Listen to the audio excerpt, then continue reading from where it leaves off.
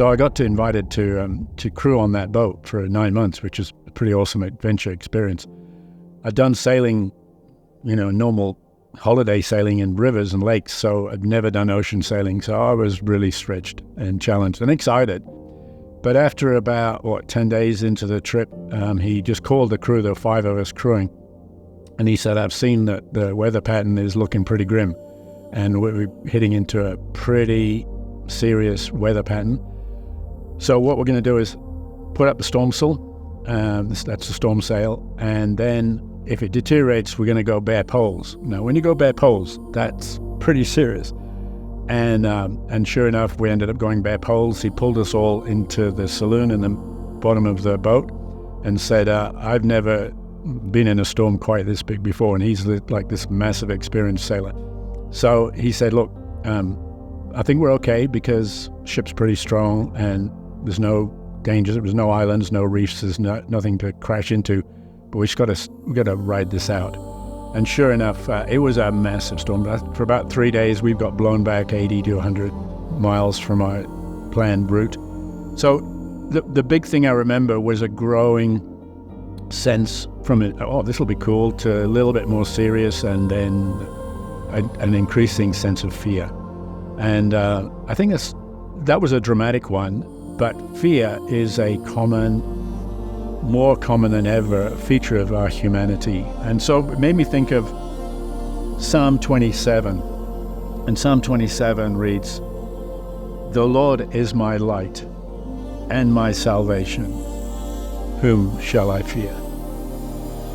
The Lord is the stronghold of my life. Of whom shall I be afraid?" That's a pretty strong, bold, absolute foundational statement that David is making to the Lord. But he goes on to say, when the wicked advance against me to devour me, when it is my enemies and my foes who will stumble and fall, though an army besiege me, my heart will not fear. Though war break out against me, even then will I be confident.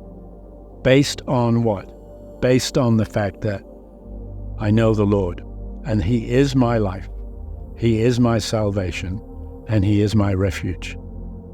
So the fear factor in life is not going away. It's there. No matter what this world can do to try and persuade it otherwise.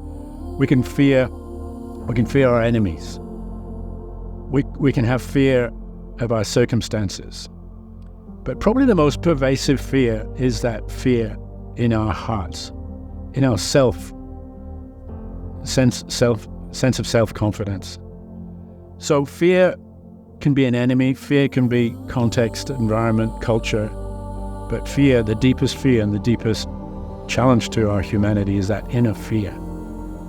That takes us back to God creating us in His image and likeness. And the first physical act of God was to bring light into the world. And that light is the source of all that we have in our world. And when Jesus came in John 1:1, He said, in John 1:3, in Him was light, and that light was the life of men. So when we know Christ, we know light, we know that freedom, we know that there's no darkness, there's nothing to fear because He is our life, He is our presence. Plenty of things in our world that threaten us, that challenge us, that cause us to be cautious or hesitant or even anxious. We don't need to if we know Christ. He's our life, He's my salvation, and He's my stronghold. And I pray with all my heart that He's yours too. Amen.